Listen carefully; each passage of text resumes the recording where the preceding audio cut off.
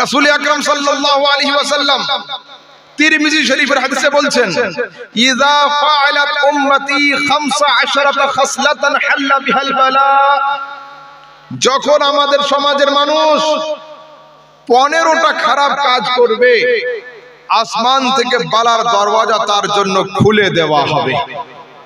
হলো কটা? 15টা। জিজ্ঞাসা হলো, ইয়া রাসূলুল্লাহ গুলো কি?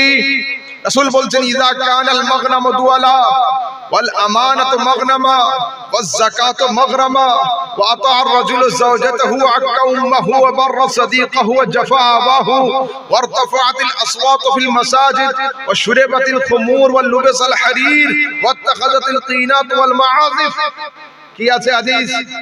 বলছে যখন আমানতের সম্পদ, আমানতের মাল যখন খেয়ানতে পরিণত হবে, আসমান থেকে বালার দরওয়াজা খুলে দেওয়া হবে। এখন হচ্ছে না হযরত? তারপরে যখন গরিব মিসকিনের মাল কোন নেতা নিজের প্রাইভেট প্রপার্টি হিসাবে ব্যবহার করবে, খাবে, আসমান থেকে বালার দরওয়াজা খুলে দেওয়া হবে। বলে হচ্ছে না? তারপরে ওয়াজ যাকাতু মাগরামা, যাকাতের মাল যখন জুরমানা হয়ে যাবে। যেমন আপনি ট্রেন থেকে নামলেন, পকেটে টিকিট নেই, সামনে টিটি বলছে আসসালামু আলাইকুম, আপনার উত্তর কি হবে? স্যার আজকে টিকিট কাটতে পারিনি। ওয়া আলাইকুম আসসালাম। এটা কিন্তু আগে বলতে হবে, নয়তো কিন্তু অ্যারেস্ট হবেন। তো বলছে যখন ধনীরা, যখন আলেমরা ধনীদেরকে যাকাতের মসলা শোনাবে, তাদের চেহারাগুলো কেমন হবে? তা বলছে বিনা টিকিটে প্যাসেঞ্জারের চেহারা টিটির সামনে যেমন হয়, আলেমকে দেখলে ওদের মুখের হাল বাংলা 5 হয়ে যায়। এখন হচ্ছে না সমাজে? তারপরে শোনেন এবার রাসূলের কথা শুনুন।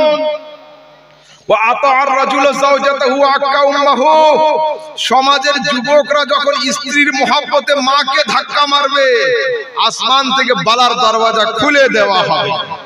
এ ছেলে আছে না নেই? এদিকে আছে না নেই? হ্যাঁ, বাড়িতে এ ছেলে যে অঞ্চলে থাকবে না, সেই অঞ্চলের নাম রেখে দিতে হবে জান্নাত।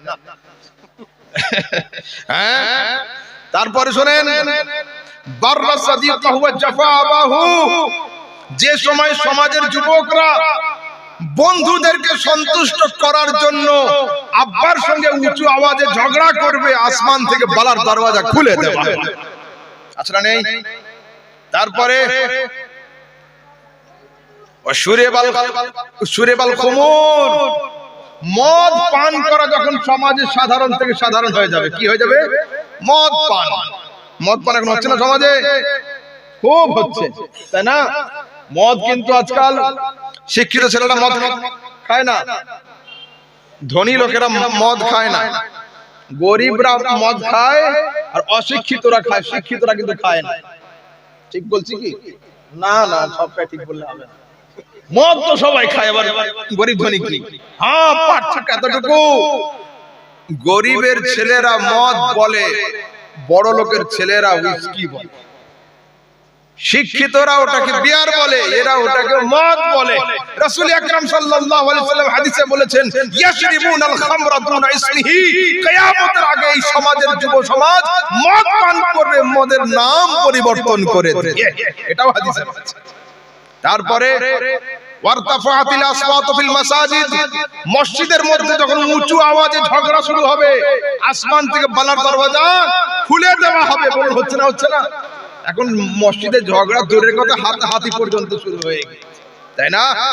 তারপর লুবেসাল হারির, রেশমের কাপড় পুরুষদের জন্য পরা হারাম, স্বর্ণের অলংকার পুরুষদের জন্য পরা হারাম, কিন্তু বর্তমান সময়ে বড় বড় শপিং মলে গিয়ে এখন পুরুষরা পর্যন্ত রেশমি কাপড় কিনে আনছে। এটা কিয়ামতের আলামত। তারপরে যুবক যুবতী যখন রাস্তার ধারে ছোট ছোট প্যান্ডেল করে অবাধ নাচ করবে, আসমান থেকে বালার দরওয়াজা খুলে দেবে। বরং হচ্ছে না? হ্যাঁ। তারপরে চলুন আগের দিকে যাই। এখন আমাদের সমাজে ফ্রেন্ডশিপ খুব চলছে, যাকে তাকে হাত দিয়ে can you make a good friendship? আচ্ছা, হুজ টোল্ড ইউ? কে বলল তোমাকে ফ্রেন্ডশিপ করতে? নো। বন্ধু কে হবে? এর ডেফিনিশন রাসূল সাল্লাল্লাহু আলাইহি ওয়াসাল্লাম হাদিসে দিয়েছেন। যদি এর মধ্যে হয় তাহলে বন্ধু হবে। রাসূলকে জিজ্ঞাসা হলো, ইয়া রাসূলুল্লাহ আইয়ু জুলসাইনা খায়রুন? কোন বৈঠক উত্তম, কোন সংস্পর্শ উত্তম? রাসূল বলছেন, মান যাক্কারাকুমুল্লাহু রুয়াতুহু, প্রকৃত বন্ধু সেই হবে যার চেহারার দিকে তাকালে খোদা ইয়াদ আসে। দোস্ত সেই হবে যার দিকে তাকালে আল্লাহ স্মরণ আসবে, সেই হলো দোস্ত। তারপরে ওয়াজাদা ফি ইলমিকুম মানতিকুহু, যার সঙ্গে গল্প করলে তোমার ইলম বৃদ্ধি পাবে, জ্ঞান বাড়বে, সেই হলো তোমার দোস্ত। আর যার ওঠা, যার চলা, যার বসা, যার খাওয়া, যার শোয়া, যার জায়গার দিকে তাকালে আখিরাতের ভয় অন্তরে তৈরি হবে, এই তিনটে ক্যাটাগরি যার মধ্যে থাকবে সেই তোমার প্রকৃত বন্ধু হিসাবে গণ্য।